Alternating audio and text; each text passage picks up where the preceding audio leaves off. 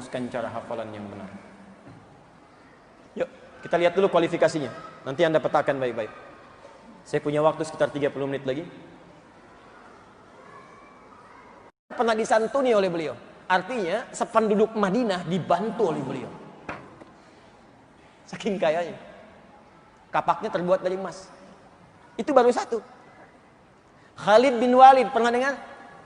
Masuk Islam, belajar bimbingan Quran. Nabi punya sahabat 12.000. 38-nya panglima. Kualitas satunya bisa menaklukkan Persia dan Romawi. Baca tentang sirah. Khalid, racun gak tembus. Saya diskusi dengan teman-teman TNI beberapa waktu lalu. Keluarkan, ada bimbingannya. Itu Khalid saat masuk Persia. Si Ratu Persia sedang megang racun yang paling kuat. Kata Khalid, apa itu? Ini racun yang paling dahsyat, paling kuat. Di Persia nggak ada orang kemudian cicipi kecuali mati. Khalid ketawa. Nggak ada kematian kecuali dengan izin Allah Subhanahu Wa Taala. Mana racunnya? Sini. Bismillahilladzi bismillahirrahmanirrahim syai'a. Dengan nama Allah yang kalau disebutkan racun pun apapun gak akan berpengaruh. Minum sampai habis. Habis. Nggak ada apa-apanya. Dibuang Maulid.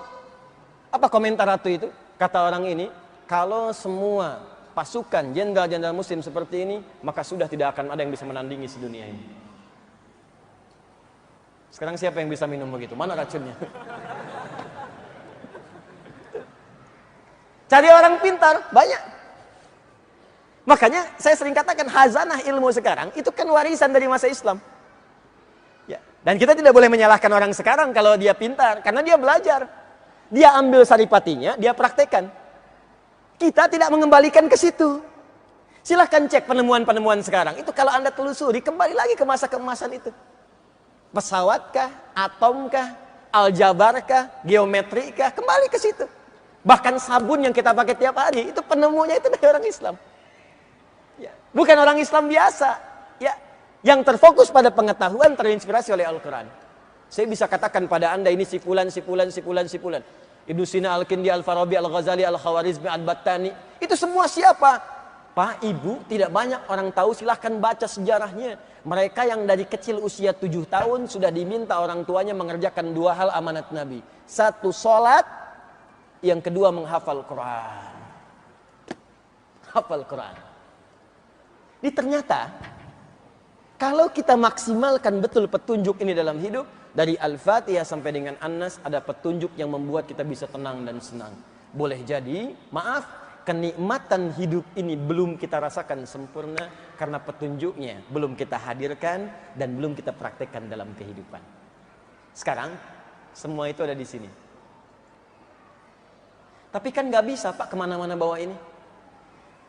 Ibu mau belanja, petunjuk menawar dalam Al-Quran. Lama. Bapak mau rapat, petunjuk berkah dalam rapat, cari. Kelamaan. Ya. Bagaimana cara yang paling mudah? Lihat seperti Nabi pernah mengajarkan. Lihat seperti Nabi pernah mendidik sahabat-sahabatnya, sehingga mereka menjadi mulia seperti di kemudian hari, dan jadi khairu ummah. Inilah kesaksian langsung dari sahabat Utsman bin Affan, Ali bin Abi Thalib radhiyallahu taala anhuma ketika menerima informasi dari Nabi. Informasi ini disampaikan ke kita oleh Al-Imam Al-Bukhari ya, lewat kitabnya Sahih Al-Bukhari, Kitabul Jami, nomor hadis 4719. Ya. Al-Imam Al-Bukhari menerima hadis ini dari Hajjaj bin Minhal. Hajjaj bin Minhal menerima dari Syu'bah. Syu'bah menerima dari Alqamah bin Marsad. Alqamah bin Marsad menerima dari Sa'ad bin Ubaidah. Sa'ad bin Ubaidah menerima dari Abu Abdurrahman As-Sulami. Abu Abdurrahman As-Sulami menerima dari Utsman bin Affan dan Ali bin Abi Thalib radhiyallahu taala anhuma dari Nabi sallallahu alaihi wasallam qaal khairukum man ta'allamal Qur'ana wa 'allama. Jika Anda ingin jadi orang baik seperti kalangan orang dulu itu dan ingin tenang dan senang hidupnya, maka sebaik-baiknya Anda ialah orang yang mau belajar Al-Quran dengan serius dan mengamalkan Quran dalam hidupnya itu.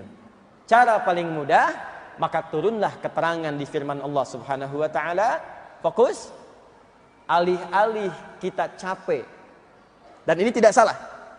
Membawa mushaf ke setiap tempat yang suci dan benar. Kenapa tidak kita hafalkan dan tanamkan Quran dalam jiwa kita? Sehingga kita bisa bawa kemanapun dan jadi bimbingan dalam kehidupan kita. Maka turunlah kemudian tawaran di Quran surah ke-54 ayat 17, ayat 22, ayat 32 dan ayat ke-40. Kita masuk pada intinya. Quran surah 54 ayat 17, ayat 22, ayat 32, ayat 40.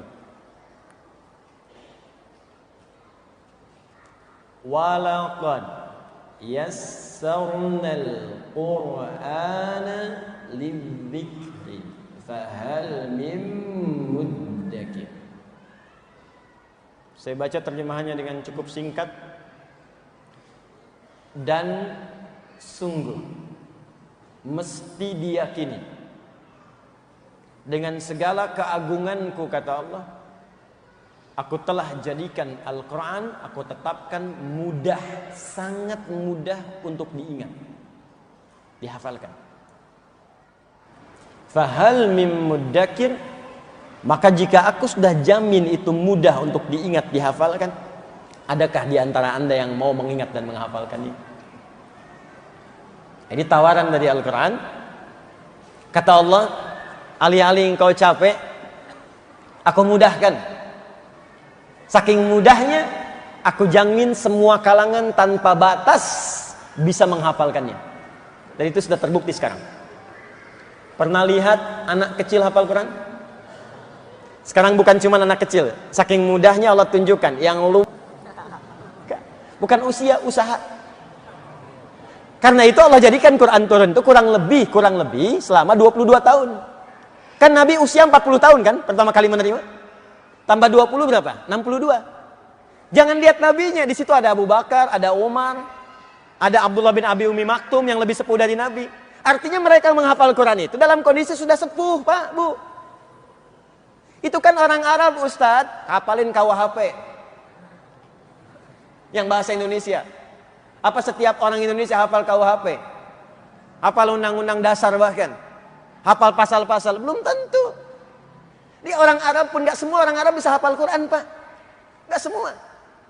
Dia yang mau sungguh-sungguh bisa hafal. Beo Bekasi bawa ke Mekah, ajarin Al-Fatihah, hafal. Unta Arab diajarin gak akan bisa. Ya bukan karena gak bisa bicara atau yang lain, ini filsafat bahasa saja. Karena tak mau usaha gak mungkin. Jadi semua diberi kemudahan. Ini tidak berlaku hukum Arab atau non-Arab. Gak berlaku. Pernah dengar kisah Abu Jahal hafal Quran? Hah? Tidak. Abu Lahab turun surah Al-Lahab. Tapi belum tentu Abu Lahabnya hafal Quran. Belum tentu. Jadi kalau Anda tidak menginginkannya, kalau Anda bahkan bertentangan dengannya, mustahil Anda bisa menghafalkannya. Tapi poinnya, aku jadikan mudah, kata Allah, Quran bisa dihafal dari sejak zaman Nabi sampai tanpa batas. Yang maaf, yang tak melihat ada Abdullah bin Abi Umi Maktum. Yang anak kecil ada Ibnu Abbas, ada Ibnu Omar. Yang anak remaja sampai dewasa pemuda ada Ali bin Abi Thalib.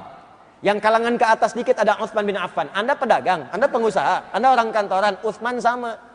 Anda birokrat, Amr bin As sama.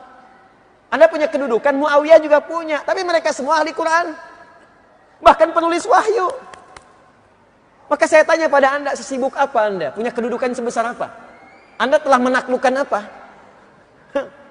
Muawiyah itu presiden dulu, hafal Quran, penulis wahyu. Anda telah mimpin apa? Kesibukan apa yang menghambat Anda untuk jadi ahli Quran? Saya usaha, Ustadz, sekaya apa Anda? Abdurrahman bin Auf kapaknya terbuat dari emas. Anda siapa? Mas Afsep, Mas Joni, Mas Cepi? Saya mau katakan bahwa Quran itu tanpa batas, Pak. Semudah-mudahnya. Mau pengusaha, maaf. Mau diplomat, birokrat, punya kedudukan. Mau ustadz, mau ibu rumah tangga, silahkan. Aku mudahkan semudah-mudahnya. Yakin? Siap?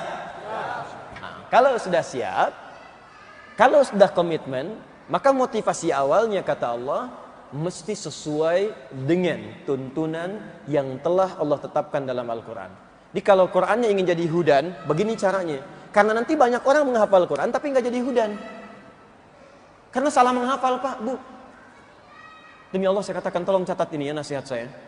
Kalau Anda titipkan anak-anak Anda menghafal di tempat-tempat hafalan, termasuk di pesantren, tolong cek cara menghafalnya. Apakah jadi hudan atau tidak? Karena banyak sekarang orang yang hafal Quran, hafal surah-surah tertentu, tapi nggak jadi hudan dalam hidupnya. Penghafal Quran penipu, ada. Penghafal Quran preman, ada. Penghafal Quran pemalsu ayat, ada. Penghafal Quran tukang bolak-balik ayat, ada. Masa hafal qul huwallahu semua agama sama? Berarti suratnya nggak menjadi hudan dalam dirinya. Jadi ada banyak orang sekarang menghafal Quran, cuman caranya keliru, nggak jadi hudan. Di penghafal Quran itu, Allah tidak melihat berapa juz yang ia hafalkan sampai dia wafat, tapi melihat apakah Quran itu jadi petunjuk dalam hidupnya atau tidak. Ini yang dimaksudkan Quran surah 35 ayat 32. Dari sini kita mulai, kita masuk pada bagian yang ketiga tentang bagaimana merumuskan cara hafalan yang benar. Yuk, kita lihat dulu kualifikasinya. Nanti Anda petakan baik-baik. Saya punya waktu sekitar 30 menit lagi.